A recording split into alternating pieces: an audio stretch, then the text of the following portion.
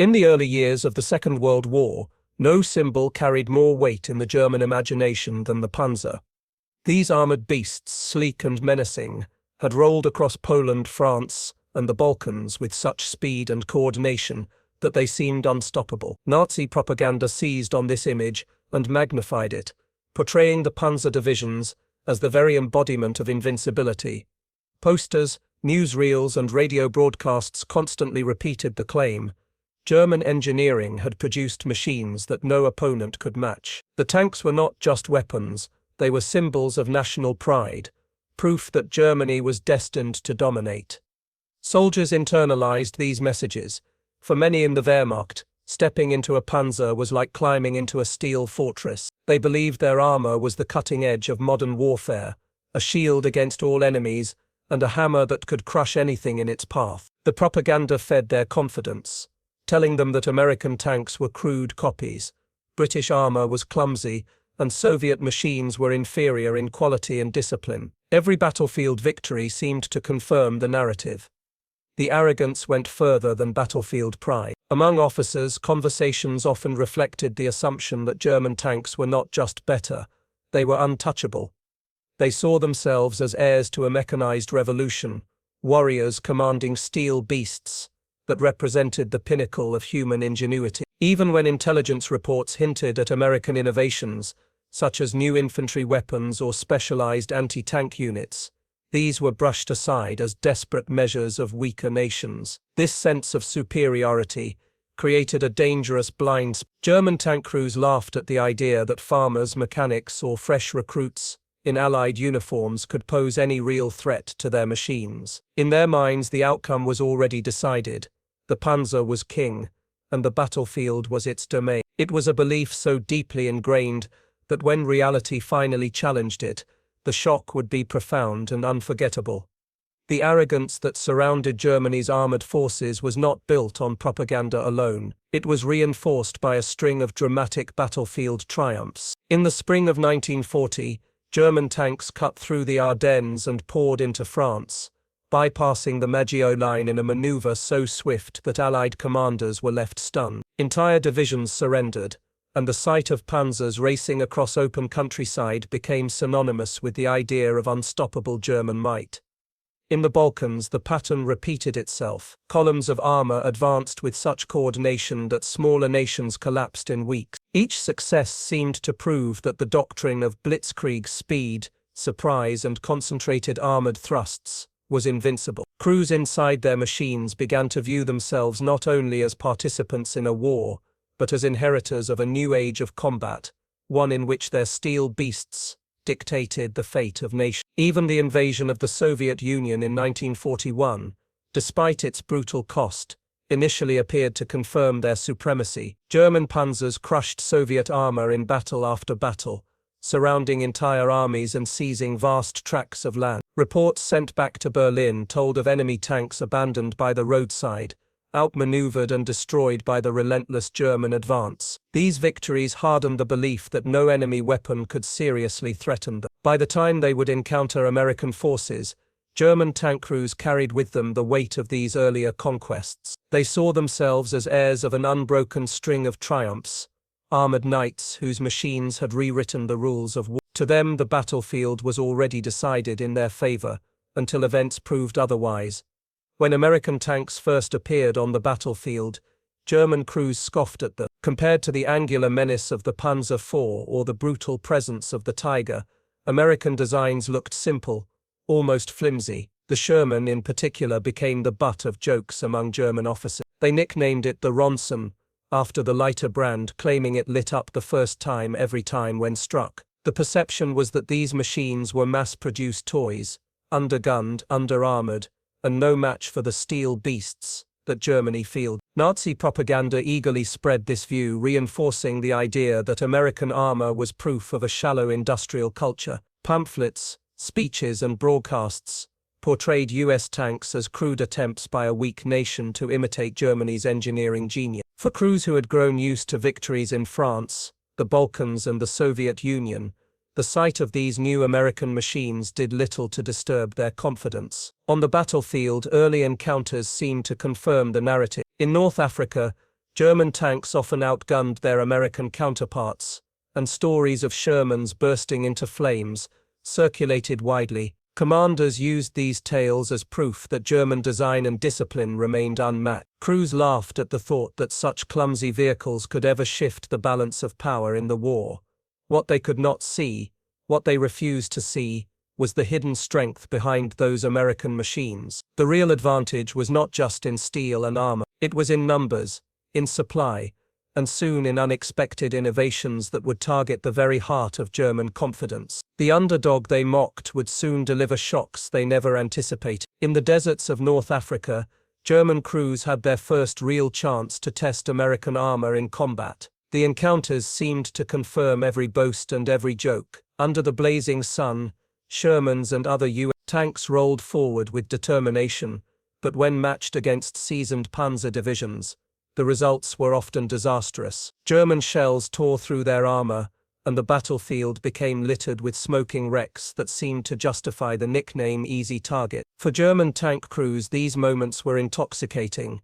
They saw American tanks burning and concluded that their own superiority was not just propaganda, but reality. Officers reported back with confidence, describing how their gunners dismantled Allied formations and how Panzer tactics easily outmaneuvered American units. Even the dust and chaos of the desert could not obscure what looked at first like a one-sided contest. Prisoners taken in these campaigns only reinforced the arrogance. German interrogators noted that American crews were often young and inexperienced, many fresh from training with little battlefield seasoning. To the veterans of France and Russia, these men seemed like amateurs facing masters of mechanized war. The conclusion among German forces was clear: the Americans lacked the will, the skill, and the machines to challenge the Panzer's dominance. Yet beneath the surface of this confidence lay a dangerous miscalculation. What the Germans overlooked was the sheer resilience of American industry and the capacity to learn quickly from mistakes. North Africa had shown weaknesses, yes, but it also became the proving ground where Americans adapted. The tanks that burned in the desert would return in greater numbers, supported by innovations the Germans never anticipated, and soon the laughter of Panzer crews would fade into unease. The first real crack in the myth of German invincibility did not come from another tank, but from something far smaller, lighter, and easier to overlook. It came from a tube carried on the shoulders of an American infantryman, the M1 Bazooka. Introduced in 1942, this weapon was unlike anything German crews had expected. It was not a massive artillery piece or a hulking machine of steel, but a cheap, portable launcher that fired a rocket capable of piercing tank armor. To German tankers, the idea was almost insulting. How could a farm boy with a shoulder-fired tube threaten the pride of German engineering? Yet on the battlefield, the results spoke for themselves. A single hit from the bazooka could cripple or destroy a Panzer, turning what had once been a fortress on tracks into a smoldering wreck. Suddenly, the balance of power no longer depended solely on armored duels between tanks. Now every American infantry squad carried the potential to stop a German advance in its tracks. The simplicity of the weapon was part of its genius. Lightweight and easy to train with, the bazooka spread quickly across US units. It required no factories the size of cities, no years of specialized training. Any soldier could learn to use it in minutes, and its psychological effect was immense. German crews who once charged ahead with confidence began to hesitate, scanning hedgerows and rubble for the lurking figure of a soldier aiming that dreaded tube. What unnerved them most was not just the weapon's effectiveness, but the way it symbolized American pragmatism. While Germany relied on complex, expensive machines, the US had produced a simple tool that leveled the playing field. The bazooka shattered the illusion of invulnerability, proving that even the mightiest tank could fall to a single well-aimed rocket. For German tank crews, the first encounters with the bazooka were moments of disbelief. Until then, infantry had been little more than a nuisance to armored columns. Machine guns and grenades could harass, but they rarely posed a serious threat to a Panzer. That reality changed the first time an American soldier crouched behind a hedgerow or a stone wall and unleashed a rocket that punched clean through steel. Reports trickled in of tanks knocked out not by artillery, not by rival armor, but by lone infantrymen carrying tubes no larger than a fence post. To the veterans of France and Russia, the news seemed absurd at first, dismissed as exaggeration. But as wrecks mounted and units began to lose vehicles in ambushes,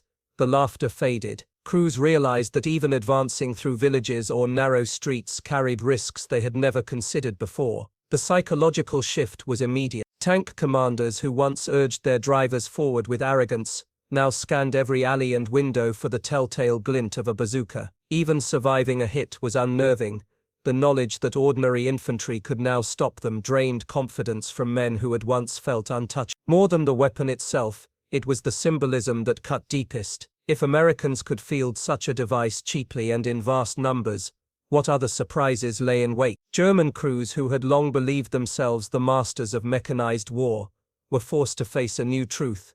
The battlefield was no longer theirs alone. If the bazooka had shocked German crews by putting power in the hands of infantry, the arrival of America's purpose-built tank destroyers delivered an even greater jolt. Unlike the Shermans, which had been designed as versatile all-rounders, vehicles like the M10 Wolverine, M18 Hellcat, and later the M36 Jackson were created with a single mission: to hunt and destroy Panzer. The M10, with its sloped armor and powerful 3-inch gun, was the first serious answer to the challenge of German armor. Crews adapted quickly, using its mobility and long-range fire to ambush heavier tanks. Then came the M18 Hellcat, the fastest tracked armored vehicle of the war. It could race across battlefields at speeds that stunned German gunners, striking and disappearing before a countershot could be lined up. Finally, the M36 arrived, mounting a 90mm gun capable of piercing the armor of even the dreaded Tiger. For German tankers who had grown used to dismissing American armor,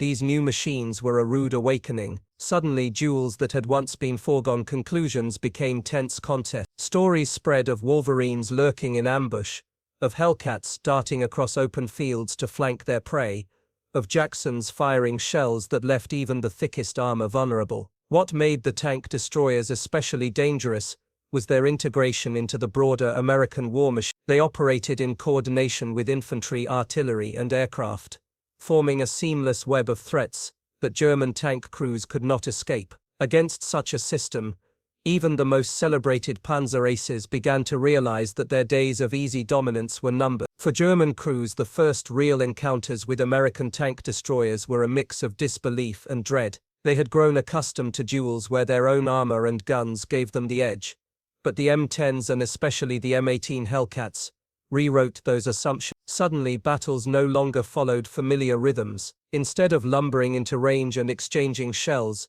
German tanks found themselves ambushed by vehicles that moved like predators. The speed of the Hellcat in particular left crews stunned. Reports described it racing across open ground faster than any tracked vehicle they had ever seen. German gunners often missed their first shot, only to watch in shock as the Hellcat darted to the flank and unleashed a devastating round into their side armor. What unnerved them most was how quickly these machines could reposition, as though they were everywhere at once. The firepower of the M36 Jackson struck a different chord. Its 90mm gun could pierce even the formidable Tigers and Panthers, weapons the Germans had long believed were untouchable. Crews who once felt shielded by thick armor realized they were vulnerable at distances where they had once dictated the fight. Accounts circulated of Tigers knocked out in a single well-placed shot, an event that rattled even hardened veterans. The psychological impact was as severe as the physical damage. German crews began to speak of American vehicles with a new tone, no longer mocking but wary. They admitted grudging respect for the precision, speed, and sheer volume of fire they now faced. What had started as confidence born of experience was slowly replaced by anxiety, an awareness that their once proud superiority was slipping away with every duel against these American hunters. The first true lessons for German crews about America's new anti-tank weapons came not in theory, but in blood and fire. In North Africa during the Tunisia campaign, Panzers advancing with their usual confidence suddenly found themselves checked by an unexpected threat. American infantry dug into rocky terrain, waited with bazookas hidden behind ridges and crumbled walls. What German commanders had dismissed as little more than a toy proved lethal. In one clash, an armored column advancing toward an American-held pass lost multiple vehicles to well-placed rockets, their proud silhouettes left burning against the desert sky. For crews used to fearing artillery or rival tanks,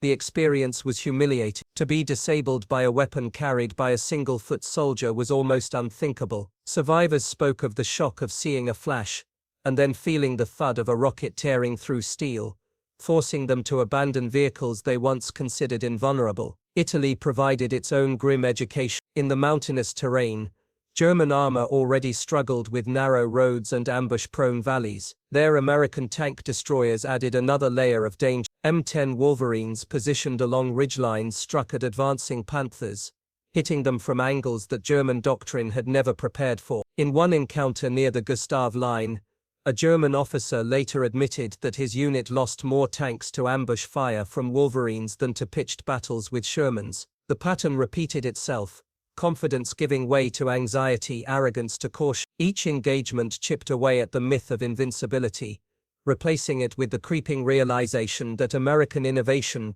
whether through infantry-held bazookas or fast, agile tank destroyers, was rewriting the rules of armored warfare. By the time units regrouped, the laughter that had once greeted American weapons was fading into silence. Prisoner of war testimonies revealed just how deeply these early encounters unsettled German tank crew. Captured officers and soldiers alike admitted that what unnerved them most was not only the destruction itself, but the invisibility of the threat. With artillery they could hear the thunder, with enemy tanks they could see the duel unfolding. But the bazooka and the tank destroyer ambushes seemed to appear out of nowhere. One captured crewman from North Africa confessed that after his tank was crippled by a rocket, he never again felt safe inside armor. The fire came from nowhere, he explained, describing how infantry blended into terrain and struck at the most vulnerable moments. For him, the battlefield had become a place where death could arrive silently and without warning. Others echoed similar fears after Italy. Powers recalled the terror of hearing engines cut off in the hills above them, followed by the crack of American guns and shells slamming into their columns. One officer admitted that his men began to hesitate before entering valleys, fearful of the unseen weapons waiting in ambush. The simple act of moving forward became an exercise in dread. The testimonies carried a clear theme. German armor had lost its aura of certainty. Where once the crew of a Panzer could advance with confidence, now they scanned hedgerows, rooftops, and ridgelines, never sure when the next rocket or long-range shell would strike. In their words, the battlefield had become haunted, not by ghosts, but by the Americans' new invisible predator. If the battlefield introduced German crews to the shock of America's new weapons, the factories explained why these shocks never stopped coming. The United States did not simply design the bazooka or the M10 and M18 tank destroyers. It produced them in numbers so vast that replacement was never in question. What was destroyed one week could be replaced the next, often in greater quantity. The bazooka became the perfect symbol of this industrial rhythm. Lightweight, cheap, and simple to manufacture, it rolled off American assembly lines by the hundreds of thousands. Every infantry squad could be equipped with one, ensuring that no tank crew ever knew when the next shot would come. For German soldiers, the sight of so many rockets fired in battle was bewildering. Weapons that in their own army would have been rare and carefully rationed were treated by the Americans as standard gear. Tank destroyers followed the same pattern. The M10s and later M18 Hellcats and M36 Jacksons were built in massive runs, each model refined by lessons learned in combat. American industry operated like a conveyor belt of innovation, where production never paused long enough for the enemy to catch up. The result was a relentless flow of armored hunters that reinforced every front.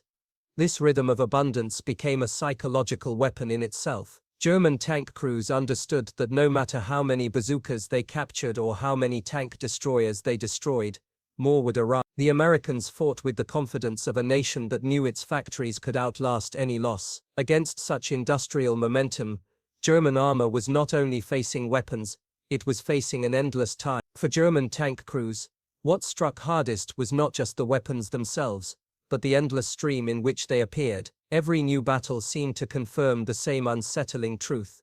The Americans never ran out. Where German units counted every shell, rationed fuel, and repaired worn-out machines well past their intended limits, the United States seemed to wage war with bottomless reserve. Powers later admitted their astonishment at the sheer casualness with which American forces treated supply. Bazooka rounds were fired in such quantities that German crews believed the Americans must have warehouses stacked to the rafters with munitions. In contrast, German infantry sometimes went into action with barely a handful of Panzerfausts between them. Each shot weighed against its possible worth. The imbalance was humiliating. Tank destroyers told the same story. Crews recalled how, after losing vehicles in ambushes, they expected a pause in enemy attacks. Instead, fresh American machines arrived almost immediately, as though production lines had delivered replacements overnight. This rhythm convinced many Germans that they were not fighting against individual weapons, but against a machine of industry itself, something far larger and more unstoppable than any single battle. Even food and clothing deepened the contrast. German crews shivered in worn uniforms and patched boots, while their American counterparts carried fresh gear and full lunches. To the Germans, it seemed as though every American soldier embodied the wealth of a nation untouched by shortages, while they themselves carried the burden of a crumbling Reich. By the middle of the war, this realization was spreading through the ranks. No matter how skillfully they fought, the endless American supply lines would eventually crush them. It was a slow death by abundance, and it filled them with dread. For years, German crews had been told a single story, that their panzers were unmatched, their training superior, and their enemies clumsy imitators. Nazi propaganda painted an image of the Reich's armor as the steel fist of victory, while American tanks and weapons were mocked as primitive and laughable. Many crews carried that arrogance with them into battle, trusting that no matter the odds, their machines would always prove superior. But on the battlefields of North Africa, Italy, and later France, that myth began to crumble. First, it was the shock of facing Sherman tanks in overwhelming numbers, supported by weapons that German doctrine had never fully prepared them for. Then came the bazookas, carried by ordinary infantrymen who could cripple a tank with a single shot. And finally, the tank destroyers, fast, agile hunters designed with one purpose: to kill panzers.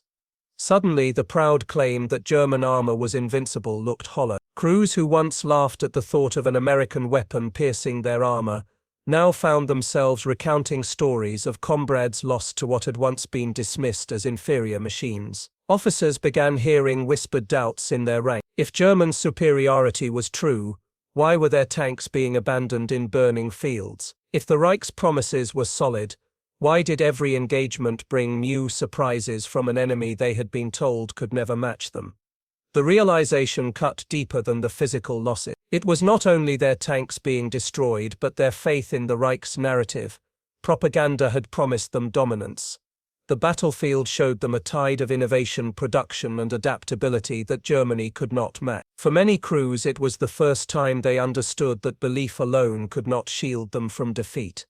As the war dragged on, stories of retreat began to circulate among German crews, chipping away at whatever remained of their morale. Tank units that had once driven across Europe in sweeping victories now found themselves withdrawing under relentless pressure, pursued by enemies armed with weapons they had been told to dismiss. Each retreat was more than a loss of ground.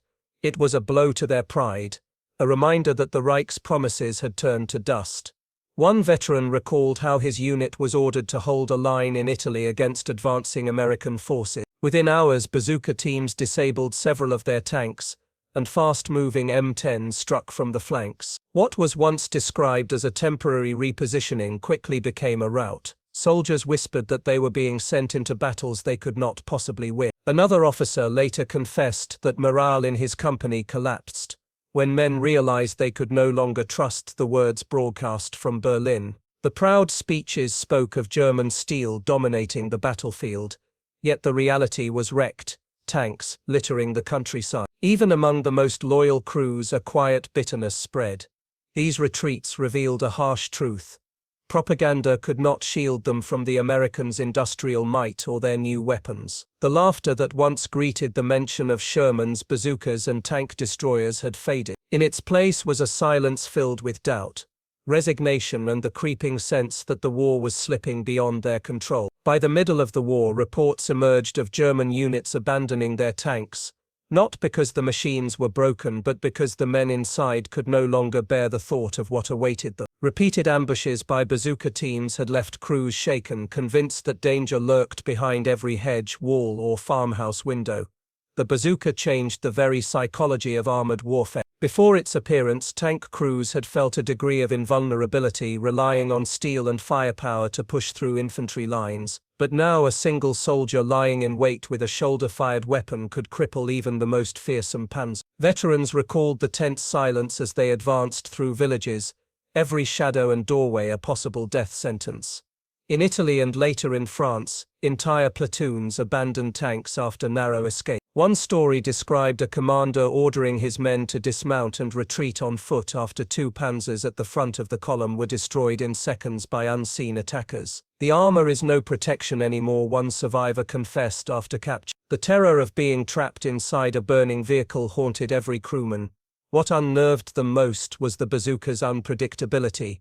It was cheap, portable, and everywhere. Unlike artillery or aircraft, which could at least be anticipated, the weapon could strike at any moment, fired by soldiers they never even saw. For tank crews, it created the sensation of fighting a ghostly enemy, one they could not intimidate or outgun. Abandoning tanks was not just a tactical failure, it was the breaking of spirit.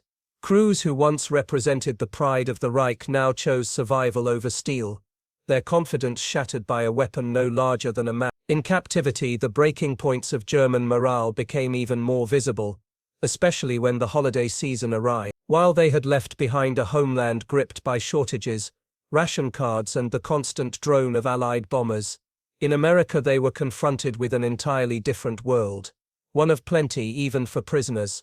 Many POWs later recalled their first Christmas in the camp. Instead of the hunger and fear they had expected, they were met with feasts that seemed almost impossible to believe. Tables groaned under turkeys, potatoes, vegetables, bread, and desserts. Some even received cakes or cookies prepared by local families who volunteered to share what they had. Guards invited prisoners to listen to church choirs, and in some towns civilians even donated gifts. For men who had seen Europe torn apart by fire and famine, these moments were surreal. The contrast was crushing. Letters from home spoke of children shivering in bombed-out houses, mothers scraping for scraps to feed their families, and soldiers fighting with dwindling supplies. Meanwhile, German POWs sat in warm halls thousands of miles away eating food that their families could not even dream of. One officer admitted that the kindness of the Americans brought him to tears. It was not just the abundance but the humanity that stung. For many, these Christmas feasts marked a deeper turning point than the battlefield defeat. They realized that the Reich, which demanded endless sacrifice, could never provide this kind of security and comfort. American generosity, offered even to their enemies, exposed the hollowness of Nazi promises. The despair of loss mixed with the undeniable recognition that they were living in the shadow of a stronger, more humane power. When the Allies stormed Normandy, German tank crews expected to hold the line with the same confidence that had carried them through the early Blitzkrieg campaign. The hedgerows of northern France were supposed to be natural fortresses, offering concealment and defensive advantage, but within weeks those same hedgerows became killing grounds where American tank destroyers thrived. The M10s and M18 Hellcats moved with a speed and agility that German crews found bewildering. Where Panzers struggled to maneuver in the tight lanes and fields, American crews seemed to appear out of nowhere, setting up ambushes with uncanny precision. In the chaos of hedgerow fighting, the thunder of a single gunshot often meant another German tank exploding in flames. For the first time, Panzer crews realized they were no longer hunters. They were prey. Survivors spoke of entire columns cut down in minutes, their supposed advantages nullified by an enemy that anticipated their every move. Bazooka teams coordinated with tank destroyers, infantry marked targets with smoke, and radios linked it all together. To the Germans it felt less like a battle, and more like being trapped in a machine that was crushing them from all sides. One captured officer later admitted that the destruction in Normandy convinced him the war was truly lost. It was not just the firepower, it was the coordination. Every American strike seemed deliberate, supported, and impossible to counter. The Luftwaffe no longer dominated the skies, and artillery rained down with precision. Against this network of combined arms, German armor, once considered the backbone of victory, was reduced to burning wrecks scattered across the countryside. Normandy made the truth undeniable. The Reich's belief in Panzer's superiority had collapsed, shattered in the smoke and fire of hedgerow battles where tank destroyers ruled. As the fighting dragged on in France, even the most hardened German tank crews were forced to admit an uncomfortable truth. Armor alone could no longer survive on the modern battlefield. Every engagement seemed to confirm it. If the bazookas didn't cripple them from the hedgerows, American tank destroyers found them in open ground. And if they somehow escaped both, the skies thundered with Allied aircraft or artillery pounded their positions into ruin. Veterans who had once laughed at the Sherman or dismissed American firepower began to speak differently in captivity. They confessed that their Panzers felt like coffins once the battle began. "We had steel," one crewman recalled, "but they had everything else: planes, artillery, radios, fuel, coordination. We were blind and deaf compared to them." The myth of armored invincibility, carefully nurtured by Nazi propaganda, had collapsed under the weight of this combined assault. German officers noted with bitter clarity that their tanks were no longer independent weapons of war. They were vulnerable pieces in a larger game they could not control. Every move was anticipated, every counterattack overwhelmed. By Normandy's end, many crews admitted what their leaders never would: armor, without the shield of air superiority and the backbone of artillery, was doomed. American coordination had stripped away their pride and exposed the Panzers as outdated in the face of modern combined arms warfare. It was a final reckoning, not only for their machines, but for their belief that German strength alone could dictate the battlefield's outcome. When the war finally ended and German prisoners of war were repatriated, many carried with them stories that seemed unbelievable to those back home. Families expected to hear about the famed Tiger tanks or the heroics of Panzer aces, but instead they were told of small tubes that fired rockets and light, fast vehicles that destroyed armor with ease. The bazooka and the American tank destroyers became symbols of how their illusions had been shattered. Former crewmen spoke of ambushes in Tunisia where a single soldier with a bazooka crippled a Panzer that once inspired fear across Europe. They described Normandy hedgerows where M10s and M18s moved with a speed that German armor could never match. For many, these tales were humiliating, yet impossible to hide. They had seen their steel beasts, once thought untouchable, reduced to smoking wrecks by enemies they had been taught to underestimate. These returning soldiers often emphasized that the weapons alone were not the entire story. What shocked them most was how common they were: bazookas in every platoon, tank destroyers appearing in every theater, radios binding everything together. Against such abundance and coordination, German tanks felt like relics of an earlier age. For civilians who had been fed endless propaganda, these accounts carried a sobering effect. The Reich's promises of invincibility were shown to be lies, dismantled not just by numbers but by ingenuity and adaptability. The returning POWs, in their quiet honesty, helped spread the recognition that Germany had faced an enemy whose strength lay not in boasting but in relentless practical innovation. In the years that followed, historians and soldiers alike recognized how America's simple, mass-produced weapons had broken the myth of German invincibility. The bazooka and the tank destroyer were not flawless machines. Each had its shortcomings, but their true power came from the way they embodied a different philosophy of war. Instead of banking everything on a few elite weapons like the Tiger or Panther, the United States relied on practicality, numbers and coordination. A single bazooka in the hands of an infantryman could alter the balance of a fight, turning every hedgerow, every street corner, into a potential trap for German armor. The tank destroyers, fast and versatile, multiplied that threat, proving that tanks no longer ruled the battlefield alone. For German crews who had grown up believing in the Panzer's dominance, this was a psychological blow as crushing as any battlefield defeat. The legacy stretched beyond World War. Military planners across the world began to acknowledge that flexibility and integration mattered more than prestige weapons. Small, cheap and effective arms in mass numbers could cripple even the most advanced machines when paired with air support and communication. Germany's obsession with engineering marvels had cost it dearly, while America's focus on scalable, usable tools had reshaped modern warfare. In this way, bazookas and tank destroyers became more than battlefield weapons. They were symbols. They represented the collapse of Nazi propaganda, the rise of a new style of war, and the reminder that strength lies not in myth but in adaptability. For the men who had once laughed at them, their memory became a lasting lesson. The simplest weapons, multiplied by an industrial giant, could humble even the strongest empire.